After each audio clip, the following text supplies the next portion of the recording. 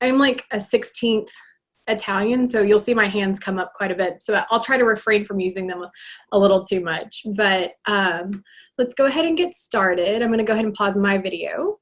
But today I want to talk with y'all a little bit about why nutrition matters with diabetes and hypertension. And so we're going to talk a little bit about the things that we hear some questions about, and just give you some basic knowledge about diabetes and hypertension, as well as the programs that we have that can address these topics, and different ways and roles that we can be involved with this as Master Wellness volunteers and in discussions with your agent. And so today, I really want to emphasize that we are going to talk about type 2 diabetes, something we don't discuss just because it can be out of the scope of what we do in Extension, is type 1 diabetes. So the focus today is that type 2, just because there is a connection with food and our role as educators that we can play. And so hopefully y'all will gain a little bit of that basic knowledge and then learn about our programs that we have with Extension. So what is type 2 diabetes? We could go into some really technical terms, but when it comes down to it, type 2 diabetes is a disease that happens when our blood glucose is too high. And so some of y'all may have heard it referred to as blood sugar. Generally, I try to refrain from saying blood sugar because that can sometimes send mixed messages about what truly affects our blood glucose. But type 2 diabetes really is an issue with our blood glucose being higher than normal. And a lot of times, a lot of our participants feel that they've done something wrong to get type 2 diabetes, and that's generally not the case. There's a lot of reasons why someone can develop type 2 diabetes. There's a lot of risk factors. There's a lot of genetic that plays a role. And so the greatest part about working with individuals with diabetes is understanding that they come from a point of being a little afraid of talking about their diabetes and their disease, as well as just being open to talk about it. So I know I've taught some of these classes before in our county, and some people come that don't even have it because their spouse or the person that they're caregiving for, or their partner, doesn't want to have to admit currently that they have the disease, and that's okay. So just know that people that come to our classes may have diabetes, they may not, and there's a lot that goes on in emotions with having type 2 diabetes. But when we really look at specifically type 2, it comes down into that the body doesn't really use insulin, and insulin is a hormone that our body produces in order to work with glucose to get it to our cells and our muscles for energy. And so there's two things that happens in type 2 diabetes that can be for different people. And one, it could just be that the body doesn't use insulin effectively, or it may be that the body doesn't produce insulin or enough insulin to help get the glucose in our blood to all of those organs and through the bloodstream. And the way that we talk about insulin is, you can think about insulin as basically a key, and it opens and unlocks cells within our body and within our bloodstream to allow glucose to come in. And so sometimes it may be that that key is worn a little bit. It could be that it's not the right key. And that really is a way to think about how our body works. And when we look at it a little bit closely, and not getting into too much of the physiological part, because sometimes that's out of the scope of what we talk about in our classes, but we can look at it in a couple of 4 areas. And so with type 2 diabetes, we eat foods with carbohydrates. And here in a little bit, we're going to talk about what foods have carbohydrates and how that plays a role. And so it could be the pizza that some of y'all may have had for lunch, or a sandwich, depending on, again, what nourishment you got during that lunch hour. But we eat foods with carbohydrates, and carbohydrates are good. They're not bad. Our body uses carbohydrates. That's our main energy source that the brain and the body uses to get us up and moving and to go garden, to go dance, to get up and get out of bed. And so what our bodies do is it breaks down carbohydrates into glucose. So that's why when we hear about our blood glucose is too high, or what some may call blood sugar is too high, is that our body is having a little bit of difficulty with that glucose. And so glucose is actually carried throughout the blood. And that is, again, how it gets to those organs and how it provides our body with the energy that it needs. But something happens in type 2 diabetes. It can be from various reasons, but our pancreas doesn't release enough insulin, again, or that insulin doesn't work effectively. And so therefore, if we eat more carbohydrates than our body can handle, that can cause us having a high blood glucose in the blood with someone with type 2 diabetes. And so for someone without diabetes, all of this goes on. Our pancreas releases enough insulin and it says, hey, everything's fine. And we have highs and lows within our blood glucose for people without diabetes, but our body can handle that. Our body is very effective in understanding how it needs to work and how it needs to utilize that glucose. But again, in type 2 diabetes, it's just that the pancreas doesn't work effectively or doesn't have enough insulin to help that glucose from the foods we eat get to our body and to our organs. And so when we look at the foods that have the greatest effect on our blood glucose, those are carbohydrates. And this is where things can get, sometimes a little muddy in the waters for some people because they maybe have been told, don't eat anything white. Which usually comes down to bread and potatoes. And I always, say, well, cauliflower is white, but, is that a bad thing? And we really want to try to steer away from good and bad foods because that gives a moral compass to foods. And, a food doesn't wake up one morning and say, hey, I'm going to be a bad food today. We focus on the foods that really, truly can affect a person with diabetes blood glucose, and that is carbohydrates. And that learning how to use those carbohydrates effectively to help our body is something that we talk about in our classes. And so when it comes down to, what's in a carbohydrate, and there are some key components. Carbohydrates, you may have heard either complex or refined carbohydrates, but we can look at 3 components of carbohydrates, and that's starches, sugar, and dietary fiber. And so these 3 components make up carbohydrate. And it can get a little bit more complex, but just to kind of stay simple with it, each of these in one way, shape, or form provides our body with nourishment. Dietary fiber doesn't really give us, carbohydrates, but it gives us bulk to our food, which, helps us stay regular. And so dietary fiber is a key component of our carbohydrates, but it doesn't necessarily provide us with glucose. And so the 2 main components that we look at are starches and sugars. And those 2 provide our bodies with glucose because they break down into glucose. And this is where a lot of times it's hard because in research, we used to think about foods in the sense of the type of carbohydrate was what we had to limit. And so, way back when it was, well, don't eat anything white, don't eat any sugar.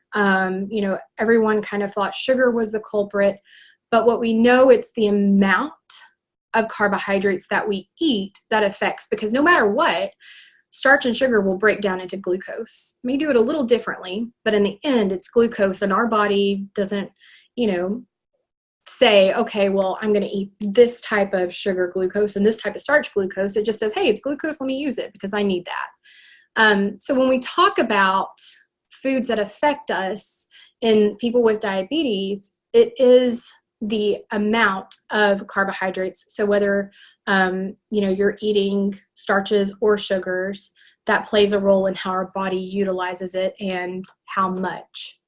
And so when we talk about these in classes, and some of y'all may have heard, when we talk about diabetes, we'll focus on the amounts either through carbohydrate counting, which is where we assign a value. So in our classes, we teach the 15 grams of carbohydrate to 1 carbohydrate choice. In an opportunity, oh, and an opportunity to teach about how carbohydrates, how much carbohydrates a person needs. And so different people need different amounts of carbohydrates. And that's something that we will generally talk about in classes more. I'm not going to talk about it today just because it can get very specific.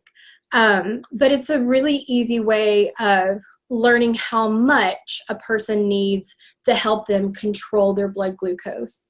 And there are numbers that we talk about in our classes, you know, keeping our blood glucose from 80 to 130 milligrams per deciliter, and that comes from using a glucometer or a glucose meter, but as well as focusing on how we fill our plate. And so there's an Idaho plate method that we can encompass using with carbohydrate choices to make a little bit better understanding. And so the plate method, we focus on, you know, much kind of like my plate, is dividing our plate into carbohydrates that have more carbohydrates per serving versus those that may have less.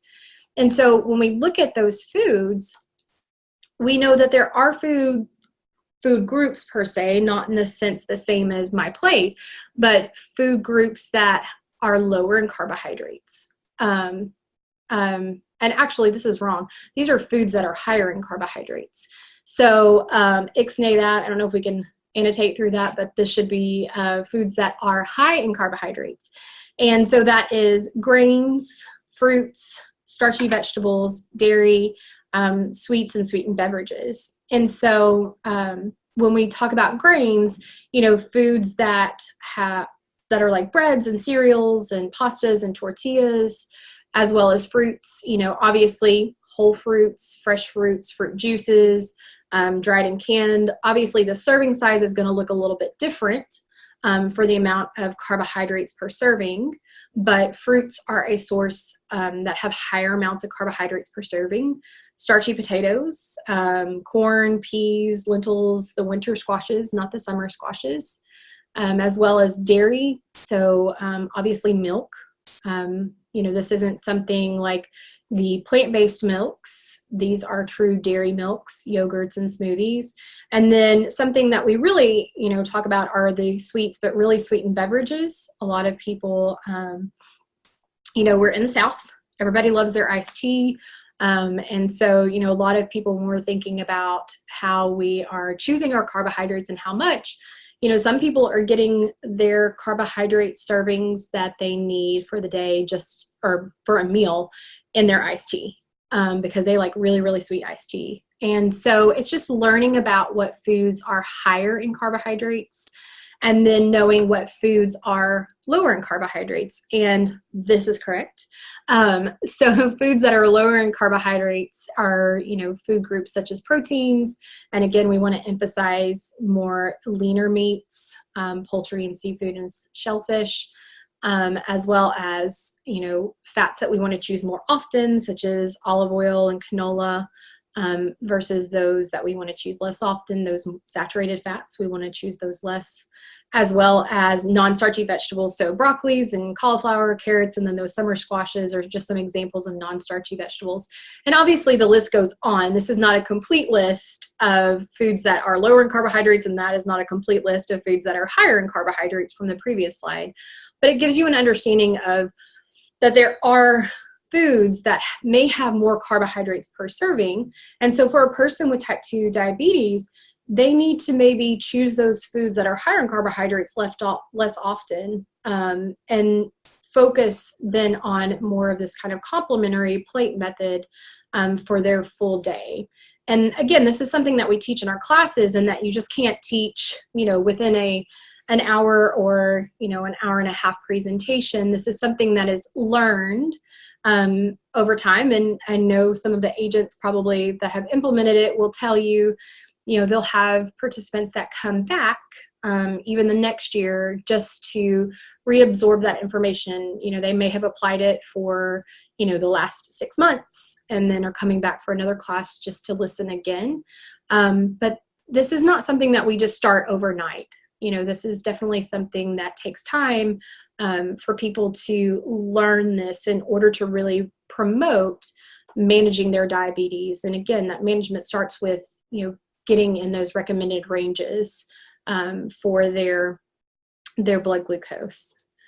And so in nutrition's role, it is to assist a person in that blood glucose management. Something that we talk about in our classes is, A1Cs. And so some people in our classes come with an A1C of 14, and, the next time we see them, they may be at an A1C of 10. And so by management, we want them to be around a 6. And, some people say, well, I can't get down to a 6. And, we always champion that from a 14 to a 10 is amazing. That's great. And again, this is a lifestyle approach, and this takes time to make behavior changes. And so it's important to kind of stay within those guidelines of blood glucose management. And then second, nutrition's role, it really is, and there is a key factor in research that we know nutrition can help delay and prevent complications from type 2 diabetes. And those complications can include, neuropathy. They can include, that eye damage, kidney damage. A lot of people will have amputations just from uncontrolled, infections that may happen because of their inability to know when they have an infection or a cut that can get infected. And so nutrition can play a huge role in helping to prevent, and the greatest thing is delaying those complications. And so for someone that can control their diabetes early on, that may mean they never have those complications, or it may mean they not develop those complications for another 20 years or more. And then lastly, it provides a lifestyle approach. So this is, again, not a diet. When we talk about nutrition management, as well as self-care management in our classes, it is an opportunity for the person to learn skills that over time apply these principles to their life. So it just becomes part of their everyday routine. And that is where we get away from a diet approach to a lifestyle approach. And we're all probably more willing to make changes slowly and over time that we know we can benefit from, but also do. And so that's the purpose of nutrition, is to say you can do these things, it takes time, but before you know it, these are going to just be kind of in the back of your head, just a little check that I do because I've become so familiar with carbohydrates and their role and the foods that play a role in managing my diabetes. And so, I kind of got the two for both of these are pretty intensive. And like I said, this can take 5 or 6 weeks, honestly, to go over this, or, 5 or 6 hours, a whole day training on diabetes and hypertension. But next, we're going to talk a little bit about kind of the same commonality of what hypertension is, and how nutrition plays a role in that as well. So with hypertension, really, just to kind of lessen the terms, it's a condition where our blood pressure remains elevated over time. And so not to say that, okay, I took my blood pressure one day and it was greater than 130/80, so I must have high blood pressure. What we're talking about with hypertension is that it is a continuous elevated blood pressure. And so this, again, is a diagnosis that a physician will make. And this, again, is over time. We'll talk a little bit about what affects blood pressure, but there's many things that can affect your blood pressure, from the foods we eat to obviously physical activity and stress. But when we talk about hypertension, we did have a couple of changes that occurred in 2017 where a body of researchers came together. They come together annually to evaluate the criteria for hypertension. And this is where we saw a change. So this is where we get into a couple of different classifications of what hypertension is, but we made a shift in that hypertension is diagnosed now at a lower number, again, that 130/80. And so when we talk about hypertension, again, and kind of how it works in that same kind of format as diabetes, is we have increased force that causes our blood pressure to raise. And so that can come from a couple of different areas. That can either be that blood volume changes, or, and again, this is in our arteries, in our blood vessels. And so blood volume can change, or extra fluid can change, or there can be a narrowing of the arteries. And it's kind of like, you know, a water hose. If we constrict or change the amount of pressure, that's going to either cause kind of a backup and a pressure difference in the back end, rather than the front end of the hose. And if we were to release it, obviously, you know, that pressure would equalize. But the same thing happens with hypertension because blood volume changes. And so again, for a person that doesn't have hypertension, that's just part of how your body works. It has that ebb and flow. And so, you know, our blood vessels are very elastic, and they know that, you know, one day you might have a little stress and your blood pressure can increase, but it doesn't necessarily stay that way. And so, you know, that ebb and flow in our hormones can cause changes to where our body regulates. But if a person, you know, over their, you know, their 20s, 30s, and 40s have some stressors that causes a change in that blood volume or that narrowing of the arteries, that's where we can see a change in blood pressure, where we would then have a diagnosis of hypertension or elevated hypertension. And so ways and things that can influence that is, we know by research, salt intake can actually affect blood volume. And that is obviously a nutrition role. As well as stress. You know, our body, we kind of have that fight or fright response. We have hormones that, you know, help regulate that in order for us to either stay and fight or to leave. And so stress, even, you know, day-to-day stress, can cause pressure to increase, as well as damage due to a diet. So narrowing of arteries, you know, when we look at our diet over time, a diet that's high in salt intake, that's high in saturated fat, can play a role in plaque development in our blood vessels, which can cause a narrowing of the arteries. You know, and then over time, what can potentially happen is that plaque can break off, and then that can cause blood clots to form. And so a blood clot that goes to the brain is when a stroke happens. And then if that blood clot goes to the heart, then we have a heart attack that can happen. And so, you know, when we look at hypertension, it is that blood pressure, that narrowing or changing in the blood volume that can cause our blood pressure to increase and stay increased, is kind of how it works within the body.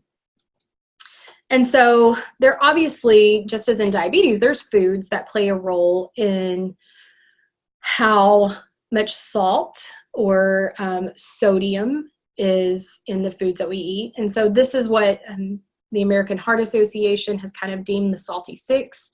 But most of our food that has sodium or salt comes from processed food. About 77 to 78% of the foods that we eat are processed foods and contain high amounts of sodium. You know, we get a lot of questions about, well, I think it's really how much salt I add at the table. And research-wise, we know that about 5% is added at the table, and about 6% of the sodium that we consume is added while we are cooking. Now, if you added all of those up, obviously, you know, too much sodium, if you're buying processed foods, plus adding salt in while you're cooking them, plus adding salt to the table, you know, you've definitely reached your max of sodium. But there's a lot of misconception that it's just what we add at the table, rather than looking at the foods that we choose. And so when we talk about the salty six, about those foods that are higher in sodium, those come from those kind of baked goods, from the breads and rolls. Again, not because it's unnecessary. We need salt in food for flavor, for reducing bacteria potential growth, for browning, for rising of breads. It just depends on how much of this we're consuming holistically throughout the day as well.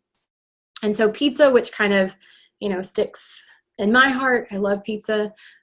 You're kind of getting the trifecta. Generally, most people who eat a pizza obviously have some type of crust, which, has cheese on top of it. And cheese is a great source of sodium, as well as maybe some type of cured meats that add to it.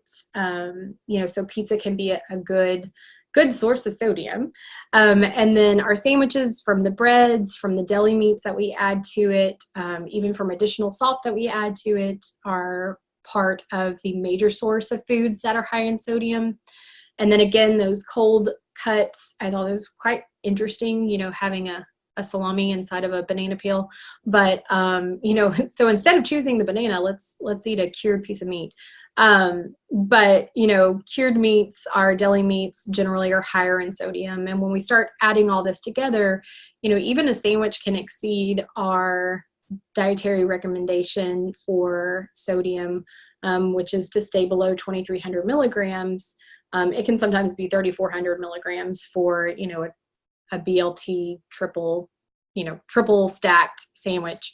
And then lastly, our soups. And so I have here different cans of vegetables, not only the condensed soups, but, some of our canned vegetables may be higher in sodium. There's been an initiative over the last 20 or 30 years to help reduce the amount of sodium in canned foods, where it still prohibits bacteria growth, but also lowers the amount of sodium in that canned food.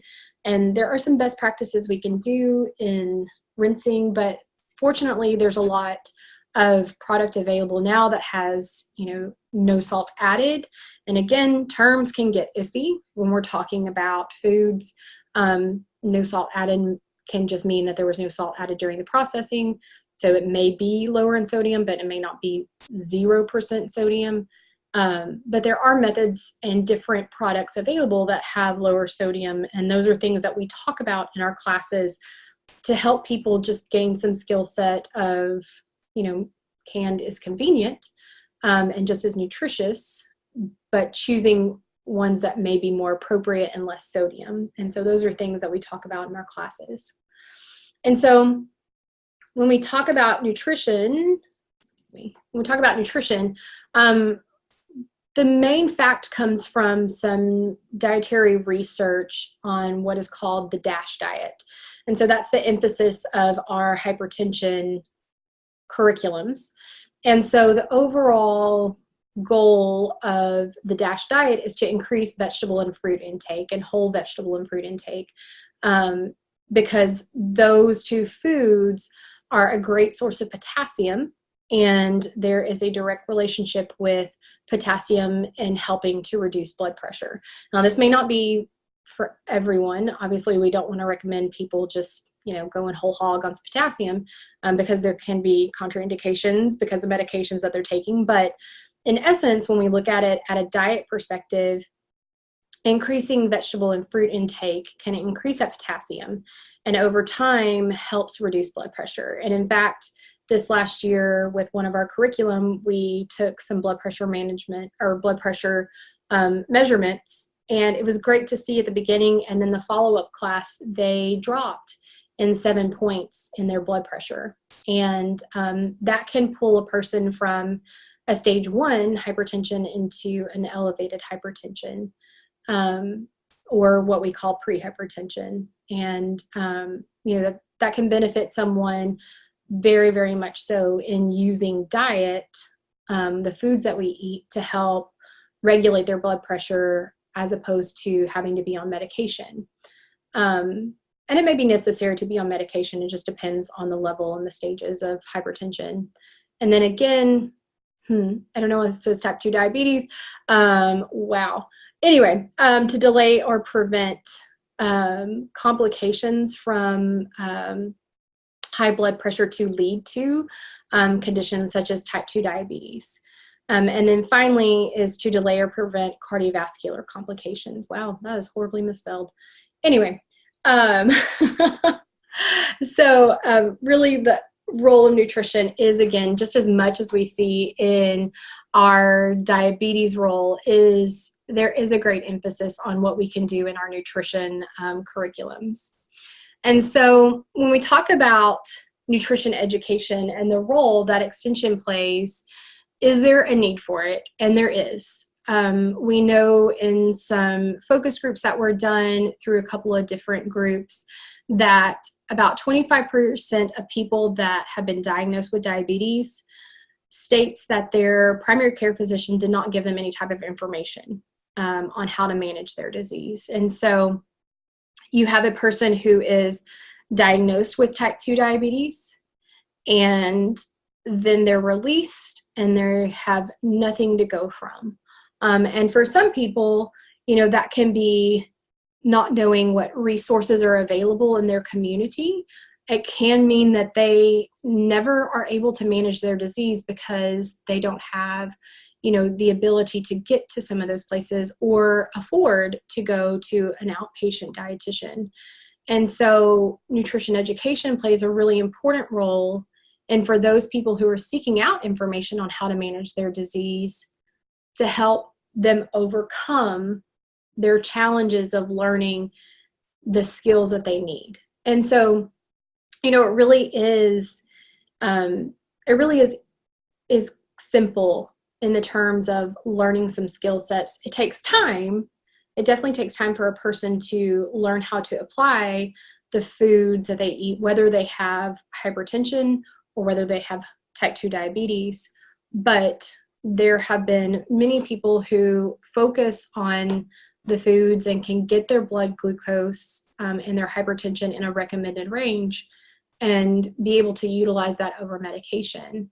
And so nutrition education plays an important role in helping people learn those skills. And so when we look about the amount of people in Texas that have both of these conditions, based on some data in the last year and a half, about 14% of Texans have been told that they have type 2 diabetes.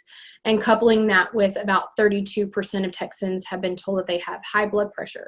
And, again, we talk about delaying complications, even with hypertension, into that to progressing into type 2 diabetes.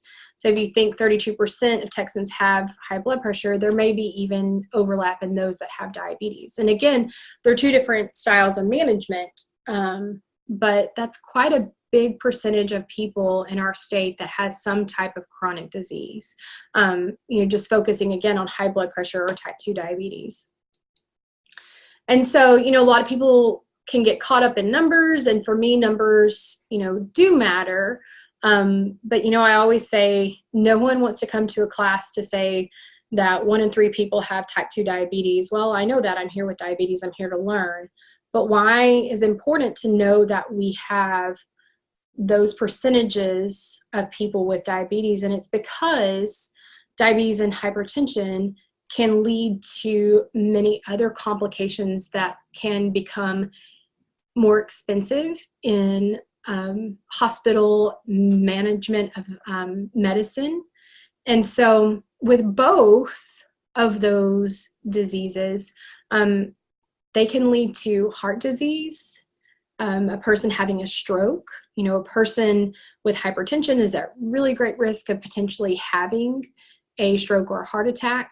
And then a person as well, just because we're still talking about our blood vessels, that wear and tear on our blood vessels over time and that pressure over time causes a little bit of degrade in our blood vessels.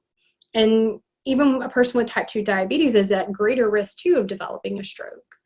And then we couple that with cognitive decline that we've seen, and we know we have Alzheimer's is a growing concern amongst one of the more chronic type of conditions that we're seeing.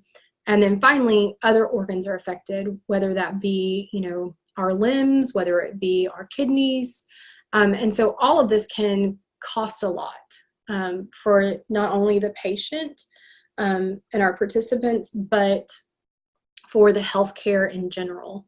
And so, we have numbers that are tied to nutrition education and how much that saves a person in their healthcare cost savings. And it's pretty tremendous. And honestly, it's something that we hear a lot, is how much is this costing the person and the state. And so that can become sad to look at that, but we do know that it matters in how a person can manage their disease. And so then we're going to talk now a little bit about the different types of curriculum, and I'll try to go through this fairly quickly to stay on time. But we do have various opportunities for diabetes curriculum. I'm going to focus on one particularly. I give oversight for that, but we have our Do Well, Be Well with Diabetes that's available in English and Spanish. And then we have our Si Yo Puedo and Wisdom, Power, and Control, which are great resources for some ethnic groups, whether Hispanic or African Americans. And then we have a Cooking Well with Diabetes, which focuses a little bit more on how to apply the cooking methods in creating some healthful dishes to accompany when looking for recipes. So I'm going to talk about Do Well, Be Well with Diabetes. It's a program that I have oversight on and can give more specifics about. So with Do Well, Be Well, it is a 5-class series that is taught by health professionals or agents, and it is generally given once a week.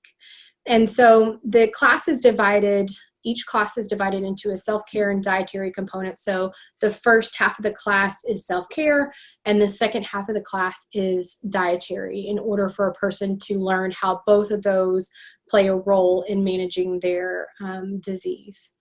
And really, when we look at it in trying to understand the importance of it, so the importance of the classes are that it is to improve dietary and self-care behaviors, as well as focusing on the confidence in caring for diabetes.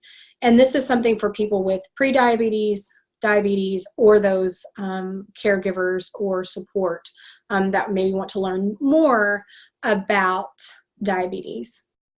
And this series is evaluated, and so we actually do a paired pre and post evaluation that's entered into Qualtrics.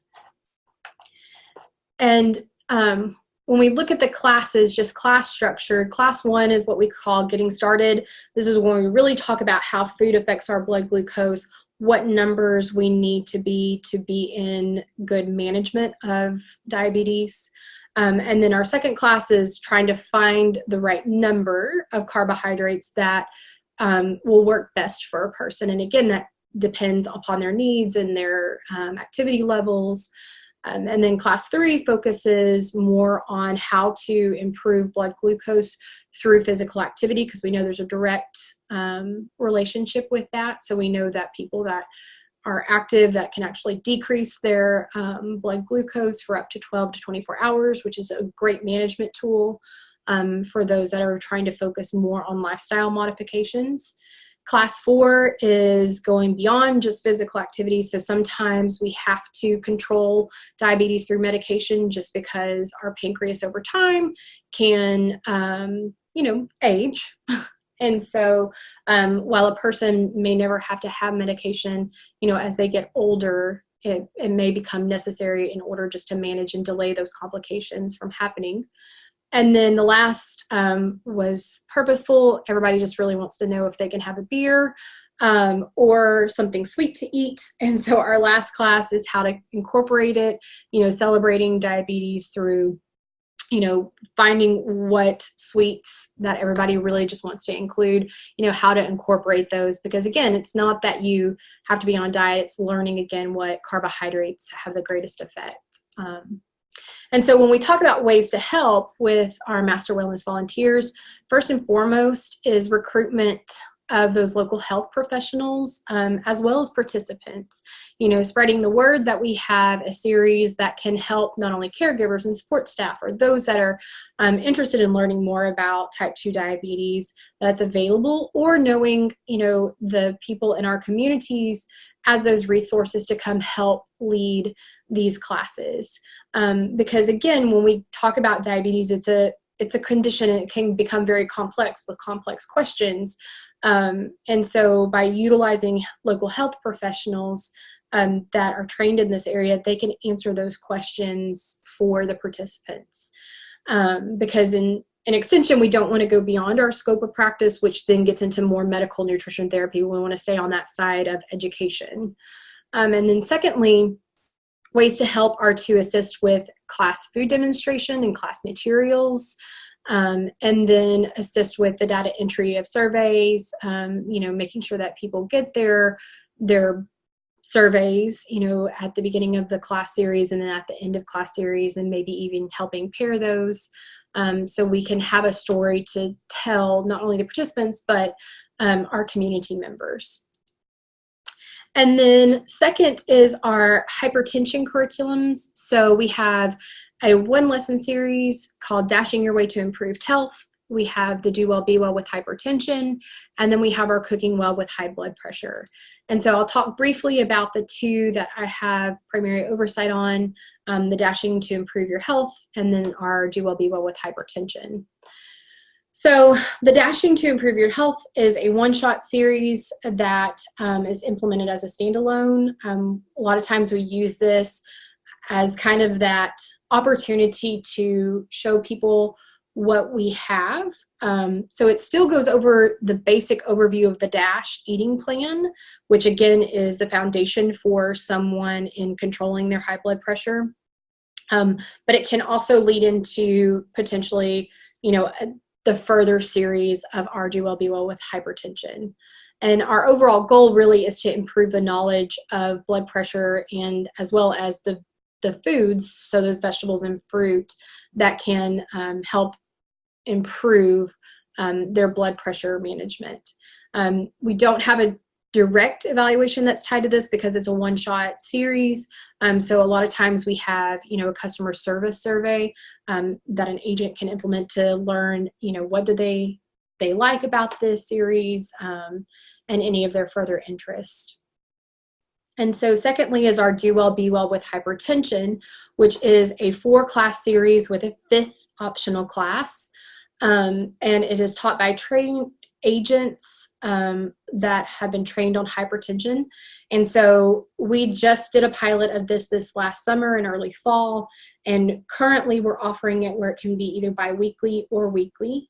We're trying to figure out which method of implementation works best, where the learner is able to apply the principles from the class and then figure out which one of those implementation methods is best for them to have those sustained behaviors. It's divided again into the DASH eating plan components. So we have, discussion about vegetables, fruits, dairies, as well as just an overview of hypertension. And again, our goal really is to improve blood pressure as well as vegetable and fruit intake.